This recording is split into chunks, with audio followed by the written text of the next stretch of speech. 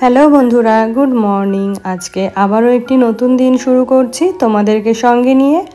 আশা করছি তোমরা সকলে খুব ভালো আছো আর আমরাও বেশ ভালো আছি। আজকে হলো বৃহস্পতিবার আর এখন ঘড়িতে বাজে ওই সকাল 6টা মতো।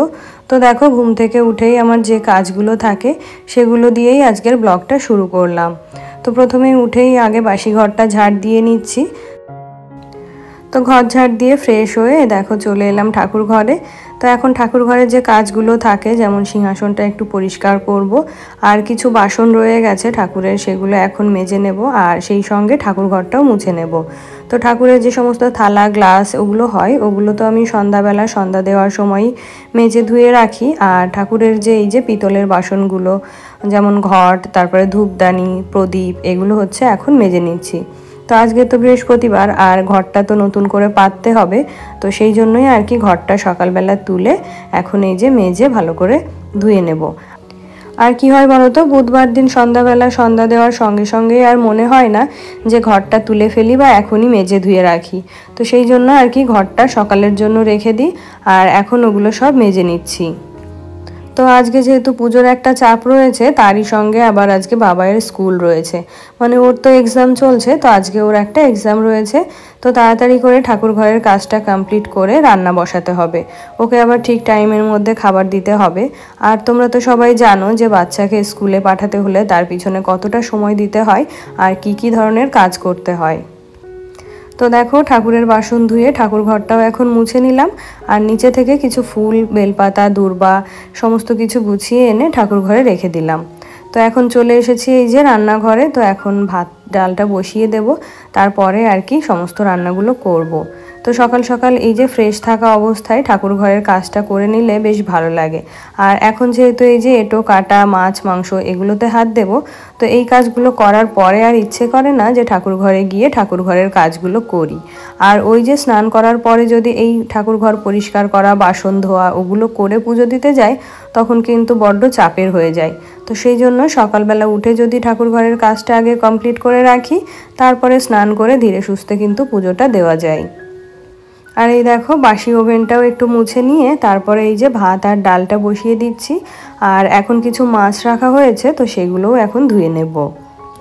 তো আজকে সকালে খুব বেশি রান্নাবান্নার ঝামেলা রাখবো না, মানে খুব বেশি পদ করব না, ওই ডাল মাছ ভাজা করব আর আমাদের জন্য একটুখানি বাঁধাকপির বড়া করে নেব। তো আজকে ভাবছি পেঁপে দিয়ে ডাল করব। তো ডালের জন্য এখানে একটু পেঁপে কেটে নিচ্ছি। আর আমাদের বাড়িতে যেহেতু রোজই ডাল করা হয়, সেই জন্য যখনকার যে টক ফল, যেমন জলপাই, তেঁতুল, টমেটো, তারপরে পেঁপে, লাউ, এগুলো দিয়ে আর কি ঘুরিয়ে ফিরিয়ে ডালটা করা হয়। তো দেখো, এই যে পেঁপেটা কাটা হয়ে গেছে আর এখন জায়গাটা পরিষ্কার করে নিলাম। আর ওই যে মাছগুলো রাখা হয়েছে, তো মাছগুলো এখন ধুয়ে নেব। তো আজকে রাখা হয়েছে এই যে কিছু সার্ডিন মাছ আর সঙ্গে রাখা হয়েছে রুই মাছ। তো সার্ডিন মাছ তো বাবাই খাবে না, তো সার্ডিন মাছটা শুধুমাত্র ভাজা খাওয়ার জন্য রাখা হয়েছে। আর এখানে কিছু রুই মাছ রাখা হয়েছে। তো বাবাইকে আজকে ডাল আর মাছ ভাজা দিয়ে খাইয়ে দেব, আর আমাদের জন্য ওই যে সার্ডিন মাছ ভাজা, আর ভাবছি একটুখানি বাঁধাকপির বড়া করব। তো দেখো, মাছগুলোকে কিন্তু আমি সবসময় একটু নুন দিয়ে ভালো করে ধুয়ে নিই, এতে করে মাছের যে পিছল ভাবটা ওটা কিন্তু একেবারেই চলে যায়। তো তারপরে দেখো, এখানে একটু চা বসিয়ে দিয়েছি। তো আজকে না আমার ভীষণ দুধ চা খেতে ইচ্ছে করছিল, তো সেই জন্য আমার জন্য দুধ চা করলাম। আর হাজব্যান্ডকে বলেছিলাম, কিন্তু হাজব্যান্ড বললো লিকার চা খাবে। তো হাজব্যান্ডের জন্য লিকার চা আর আমার জন্য এখানে একটু দুধ চা করে নিয়েছি। আর বাবাইয়ের জন্য কিছু বিস্কিট নিয়ে নিয়েছি, আর ও তো স্কুলে যাওয়ার সময় ভাত খেয়ে নেবে, তো সেই জন্য ওকে এখন বিস্কুট খাইয়ে দিলাম। তো দেখো, ডালটা সেদ্ধ হয়ে গেছে, আর ডালটা ফোড়ন দেওয়ার জন্য এখানে একটু কালো জিরে ফোড়ন দিয়ে একটুখানি পেঁয়াজ ভেজে নিচ্ছি। তারপরে যে পেঁপে দিয়ে সেদ্ধ করা ডালটা রয়েছে, ওটাই আর কি এর মধ্যে ফোড়নে দিয়ে দেব। আর জানো তো, এখন যেহেতু শীতের বেলা আর বেলাটা অনেকটাই ছোট, সেই জন্য না বেলা থাকতে থাকতে সমস্ত কাজ গুছিয়ে করে ওঠা সম্ভব হয় না। তো আমি সকালে ঘুম থেকে উঠেই আগে ভেবে নিয়েছি যে এই কাজগুলো আমাকে এই সময়ের মধ্যে করতে হবে। আর আজকে তো যেহেতু বৃহস্পতিবার, তো রান্নাটা একটু তাড়াতাড়ি করে কমপ্লিট করে পুজোটা ঠিক টাইমের মধ্যে আর কি দেবো। তো দেখো এদিকে ভাত ডাল হয়ে গেছে আর এদিকে মাছটাও ভেজে রেখে দিচ্ছি। তো এখান থেকে বাবাইকে একটা দিয়ে ভাত খাইয়ে স্কুলে পাঠিয়ে দেব। আর মাছটা এখন ভাজা থাকলে পরে সকালের খাওয়া দাওয়া কমপ্লিট করে তাড়াতাড়ি করে রান্নাটা বসিয়ে দেওয়া যাবে। তো দেখো রুই মাছগুলো ভাজা হয়ে গেছে আর ওদিকে সার্ডিন মাছটাও ভাজতে বসিয়ে দিলাম। আর এদিকে দেখো ভাতটাও হয়ে গেছে। তো ভাতটা এখন ফ্যান ঝরিয়ে দিয়ে তারপরে যাব বাবাইকে স্নান করাতে। আর এদিকে দেখো জলের বোতলগুলোও খালি হয়ে রয়েছে। তো ওই যে দিনে একবার যদি সব বোতলগুলো ভরে রাখা যায় তাহলে কিন্তু পুরো একটা দিন আর জল ভরতে হয় না। তো আমার কাছে টোটাল ওই 12টা মতো বোতল রয়েছে আর আমি ওই একটা টাইমে 12টা জলের বোতলই ভরে নিই। এই 12টা জলের বোতল দিয়েই কিন্তু আমাদের একটা দিন খুব ভালোভাবে চলে যায়। আর এই জল ভরাটা জানো তো খুব একটা বিরক্তিকর কাজ আমার মনে হয়, কারণ এই যে অনেকটা সময় লাগে আর কি। তারপর দেখো সকালের রান্নাটা কমপ্লিট করে এদিকে বাবার জন্য একটু টিফিন বানিয়ে নিয়ে ওর জন্য ভাত নিয়ে চলে এলাম। আর এখন ওকে এই যে খাইয়ে দেব। তো এও যদি নিজে হাতে খায় তাহলে কিন্তু আমার অনেকটা সময় বেঁচে যায়। তো বাবাইকে খাইয়ে দিয়েছি আর ওর বাবা গেছে ওকে গাড়িতে তুলে দিতে। আর এই সুযোগে আমি এই যে বাঁধাকপির বড়াগুলো ভেজে নিলাম। তো সবার খাওয়া হয়ে গেছে আর এদিকে আমার খাবারটা নিয়ে চলে এলাম। তো দেখো সকালের খাবারটা কোনোরকম তাড়াতাড়ি করে কমপ্লিট করে আবার চলে এলাম রান্নাঘরে। ওই যে মাছের ঝোলটা করা হয়েছিল না, তো তখন মাছের ঝোলটা করতে গেলে কিন্তু বাবাইকে টাইম দিতে পারতাম না, দেরি হয়ে যেত। তো সেই জন্য আর কি যতদূর সম্ভব কাজটা এগিয়ে রেখেছিলাম। তো মাছটা তো আগে থেকেই ভাজা ছিল আর এখন দেখো আলুটা ভেজে তরকারিটা করে নিচ্ছি। তো আজকে করব একটু ওই যে পেঁয়াজ আদা ওগুলো দিয়ে একটু মাছের ঝাল। আর জানো তো প্রতিদিন ওই সবজি দিয়ে নর্মাল ঝোল খেতে একেবারেই ভালো লাগে না। তো মাঝে মধ্যে মাছটা যদি এইভাবে একটু কষিয়ে রান্না করা যায় তাহলে কিন্তু বেশ ভালো লাগে। তো হাজবেন্ড দেখেছি অন্যান্য তরকারিতে আলু দিলে একেবারেই খায় না।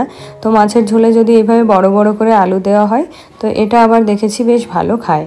তো সেই জন্যই আজকে একটু আলু দিয়ে একটু পেঁয়াজ আদা লঙ্কা জিরা টমেটো ওগুলো দিয়ে মাছের ঝোলটা করে নিচ্ছি। তো চলো এবারে তোমাদের কিছু কমেন্ট পড়ে ফেলি। তো ফার্স্টেই কমেন্ট করেছে পূজা দত্ত। তো পূজা লিখেছে খুব সুন্দর লাগলো। তো অনেক ধন্যবাদ বান্ধবী তোমাকে, আমাকে এইভাবেই সাপোর্ট করো। তারপরে কমেন্ট করেছে সোমা গাঙ্গুলি দিদিভাই। তো দিদিভাই তোমাকে অনেক ধন্যবাদ, অনেক ভালোবাসা, এইভাবেই আমাকে সাপোর্ট করো, আমার পাশে থেকো। তারপরে কমেন্ট করেছে জয়শ্রী বিশ্বাস, লিখেছে খুব ভালো লাগলো। তো অনেক ধন্যবাদ দিদিভাই তোমাকে, খুব ভালো থেকো আর এইভাবেই আমাকে সাপোর্ট করো। আর আমিও চেষ্টা করি মাঝে মধ্যে তোমাদের চ্যানেলে গিয়ে তোমাদের ভিডিওগুলো দেখার, ভীষণ ভালো লাগে। আর আমার মনে হয় তোমাদের প্রত্যেকের ভিডিও থেকে আমার কিছু না কিছু শেখার বিষয় থাকে, তাই আমি প্রত্যেকের ভিডিওই দেখি। আর তোমরা তো যারা ব্লগ করো তারা তো জানো যে একটা ভিডিও করতে গেলে বা একটা চ্যানেল চালাতে গেলে কতটা ব্যস্ত থাকতে হয়, নিজেকে কতটা ব্যস্ত রাখতে হয়। তো সেই সবের মধ্য থেকেও আমি কিন্তু তোমাদের প্রত্যেকের ভিডিও দেখার চেষ্টা করি। তো দেখো এখন স্নান সেরে পুজোটাও কমপ্লিট করে নিলাম। আর আজকে তো ছিল বৃহস্পতিবার, তো ঠাকুর ঘরে একটু বেশিই সময় কাটিয়েছি, সেই সঙ্গে পাঁচালিটাও পড়তে হয়। তো দেখো ঠাকুর পুজো কমপ্লিট করে এখন চলে এলাম ছাদে। তো এখন ঘড়িতে বাজে ওই 12:30 মতো। তো কিছু জামা কাপড় ছিল সেগুলোই আর কি মেলে নিলাম। আর এখন হচ্ছে সন্ধ্যাবেলা। তো দেখো সন্ধ্যাবেলা কিন্তু রোজই আমাকে একটু জোরদার টিফিন বানাতে হয়। তো আজকে ভাবছি করব একটুখানি হাক্কা নুডলস। তো এদিকে হাজবেন্ড বাবাই শ্বশুরমশাই সবাই কিন্তু নুডলস খেতে ভীষণ পছন্দ করে। তো হাক্কা নুডলস বানানোর কিছু টিপস অ্যান্ড ট্রিক্স রয়েছে, তো সেগুলোই আমি ফলো করে নুডলসটা তৈরি করার চেষ্টা করছি। তো দেখো গাজরগুলো এরকম লম্বা লম্বা করে জুলিয়ান কাট করে কেটে নিয়েছি। আর এদিকে ক্যাপসিকামটাও লম্বা লম্বা করে কেটে নিয়েছি, পেঁয়াজটা যতদূর সম্ভব লম্বা করে কেটে নিয়েছি। তারপরে এই যে বাঁধাকপিটা খুব পাতলা পাতলা করে আর কি কেটে নিয়েছি। তো সবজিগুলো খুব বেশি ভাজবো না, একটু ক্রাঞ্চি ভাব থাকবে। আর ওর মধ্যে দিয়েছি একটু লাইট সয়া সস, তারপরে দিয়েছি গোলমরিচের গুঁড়ো। তো সয়া সস ক্যাপসিকাম তারপরে এই যে গোলমরিচের গুঁড়ো, এগুলোর জন্য কিন্তু ভীষণ সুন্দর একটা ফ্লেভার আসে। তো দেখো এখন চাউমিনটা খুব ভালোভাবে মিশিয়ে নেব, তারপরে এই যে সবার জন্য সার্ভ করে নিচ্ছি। তাহলে বন্ধুরা আজকের ব্লগটি তবে এখানেই শেষ করছি, দেখা হচ্ছে নেক্সট ব্লগে। ততক্ষণে তোমরা সবাই ভালো থেকো, সুস্থ থেকো এবং সাবধানে থেকো।